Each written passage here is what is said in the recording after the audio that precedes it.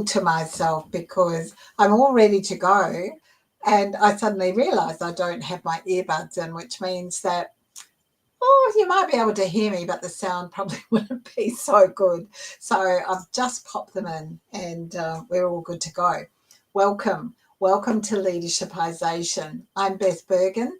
I'm an internationally awarded leadership and communication coach, and I recently became a #1 best-selling author, which is fabulous. I'm really excited about being able to promote that and being able to talk a whole lot more about that. I'm here most every Tuesday at 1 p.m. Australian Eastern Standard Time to talk about all things leadership. Last week, what we talked about was giving praise and compliments. And the largest focus of the 15, 20 minutes that we spent together last week was about giving compliments. But I finished off with something really important. And that was a little reminder to people that you need to get really good at accepting compliments as well. And so not batting them away and not saying, oh, no, it was nothing. But actually simply saying thank you and then stepping back. Nothing else. No excuses, no justification. So I hope that you've had a terrific week being able to accept compliments really well. So this week, thinking about the common kinds of challenges that my clients have, my coaching clients have, I'm wanting to talk about or just share with you some things about motivating your team as a leader, motivating your team to participate, particularly into team meetings. Now, it can be a real challenge because what happens is that you kind of get a low level participation. It can be a challenge because there's not enough engagement that's going on. There's not enough curiosity being shown, and people are doing things really solo in the team rather than collaborating together. And so traditionally, if I was giving you some advice about getting your team to participate higher, it would be all about let's clarify some expectations, make sure they're really clear, and then put down a clear agenda for what's going to happen in the meeting, and then make sure as the leader or the facilitator of the meeting that what you're actually doing is asking open-ended questions. Now, the challenge with this traditional methodology of increasing participation is this. It simply doesn't always work.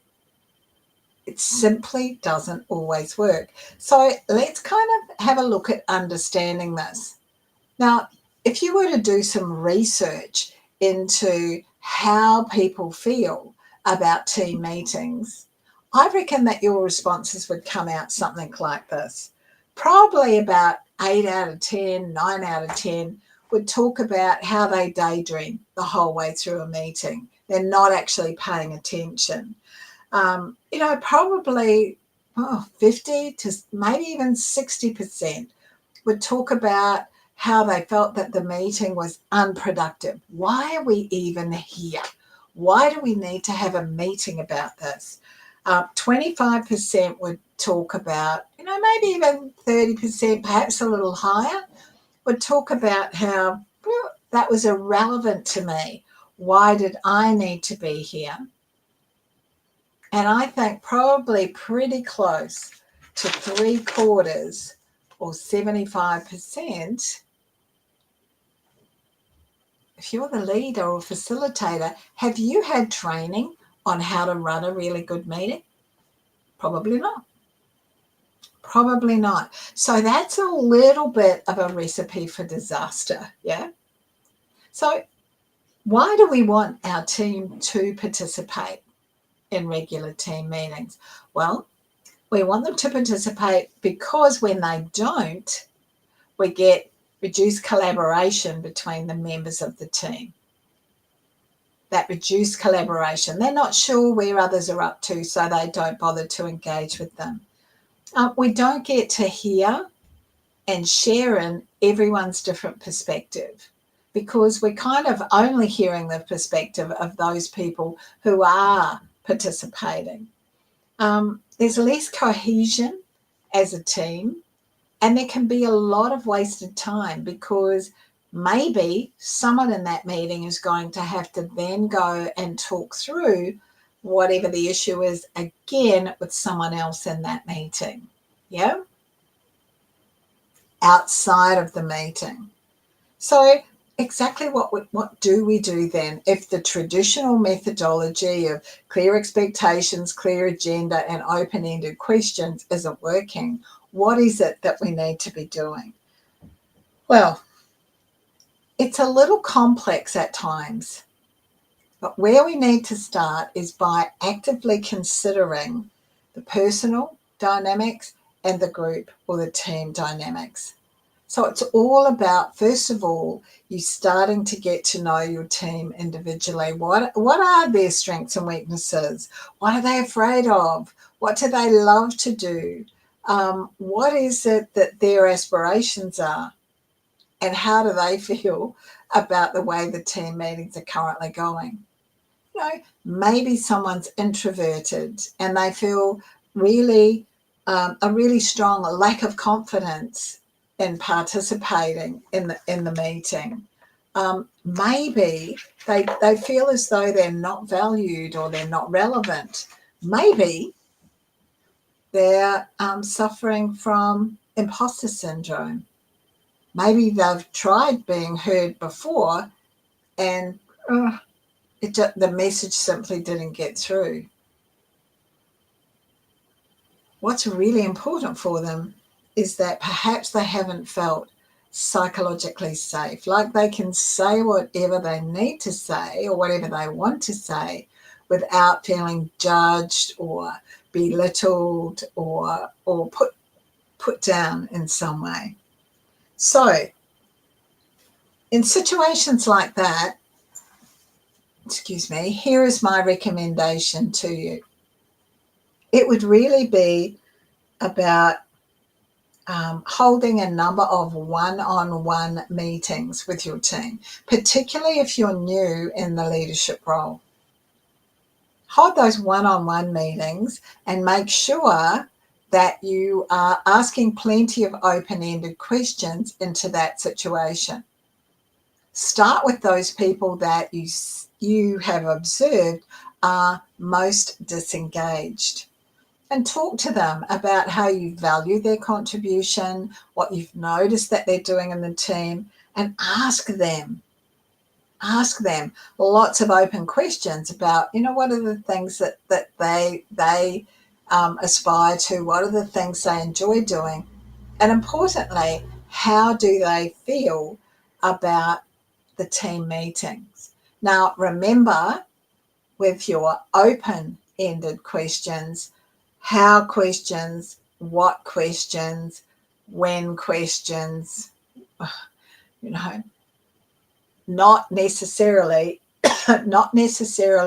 why questions. Now, I've talked about why questions before, but just as a quick reminder, if what happens is that you are asking lots of why questions, there's a chance that your team are going to get a little defensive because you're asking why all the time. So a great question is to ask, how can I support you so that you feel really comfortable about sharing your thoughts, your perspective in the meeting, because your perspective is really valuable. Yeah. It's also a good idea in that circumstance to think about allocating a specific topic to them. So talking to them about how what you would like them to do is to talk about a specific topic the next time that you have a team meeting. So pre-frame it for them, or, use an agreement frame and get them to actually acknowledge that, yeah, okay, I will talk about that, and assure them that you will make sure that they are as comfortable as anything to share. Now, that gives them some time to prep, and you've gained their approval, so away you go. Okay? Obviously, if they change their mind and they don't feel up to it at the last minute, you're going to support them through that. Are you going to force them to do it? No, not necessarily. However, you're going to encourage them to give it a best shot, because remember, getting started is, yay, that's awesome. That's what you want to have happen. So what about with a group? Now, in a group, there's all sorts of things that start to come to play. It's really awesome to have a diverse group of people in your team, but it takes a different kind of management, because there may well be different languages, different cultural backgrounds, different genders, different sexual orientations. Someone might be neurodiverse. There are all those things that you need to take into account. The first thing is to show people that they are valued and that they are safe. That they are valued and that they are safe. And it's all about working on that team culture to really build that psychological safety. So how do we do this? How do we do this? I'm going to give you a very basic, 2 or 3 points to start with. And then, as you'll hear me say shortly, that whole topic of psychological safety is one that I'll save for a discussion like this in coming weeks. The first thing is that you want to be clear and you want to have identified the desired team behaviour. How are you going to support each other? How are you going to communicate with each other? What the standards are there? How transparent and open you're going to be with each other? And once you've identified these, what's really important is that you actively are modelling those behaviours. That's what's really important, that you are modelling those behaviours all the time. Now, as well as you modelling them, you need to consolidate people's learning by recognising and acknowledging the behaviours that are the desired team behaviours when you see other team members sharing those behaviours between them. So if you see some really good collaboration, point it out. If you see someone lifting up and supporting another person in your team, point it out and acknowledge it.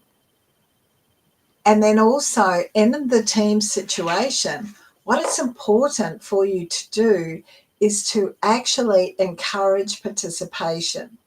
Now, sometimes what that means is actually allowing all of the normal louder voices to be speaking, but then focusing your attention on the person who isn't speaking, looking at them and asking them to participate. Now, this isn't about saying, we haven't heard from you for ages, Beth. Instead, it's about saying something like this. I'm really curious. I'd love to hear what your thoughts are about that, Beth. Well, I'm curious. You've been working on this project. I'm interested to hear what you've noticed as we've been going through. And, use the person's name, but it's not about pressuring them. It's talking about the fact that you're curious to hear what their thoughts are about the topic, because the topic relates to a project they've been working on, or a point of view that they will have something to contribute about. Yeah. The really big thing here is that psychological safety is key. And you can see just with the example that I just gave you, there's a whole heap of difference between saying, I'm really curious, I'm interested to hear what your thoughts are about that, then if what I'm doing is saying, we haven't heard from you for ages, right? One is inviting participation. The other is almost pushing someone by saying, it's time for you to speak up. Why don't we ever hear from you? And as a leader, that's not necessarily going to create that psychological safety in your team. And as I said earlier, that's really the key. So it's a great big topic, that psychological safety. So that's the one that I'll cover in coming weeks. So look out for that. But in the meantime, start thinking about how you can get to know your team as individuals and as a group of people so that you can bring out the best in them. You can encourage their participation, because that diversity of perspectives brings a massive, massive insight into the team at times. I'm reminded, it's kind of like I remember working with a group of people, a group of high-level execs, and they were talking about wanting to make some changes to the processes that were being used at one of the lowest levels in the organisation that they worked for. And it wasn't until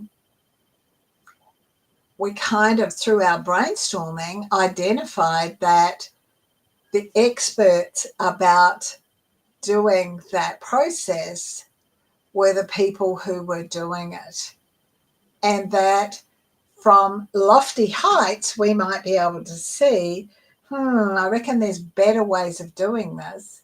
However, if we came up with those better ways of doing it from our lofty heights without consulting to the people who know the system best,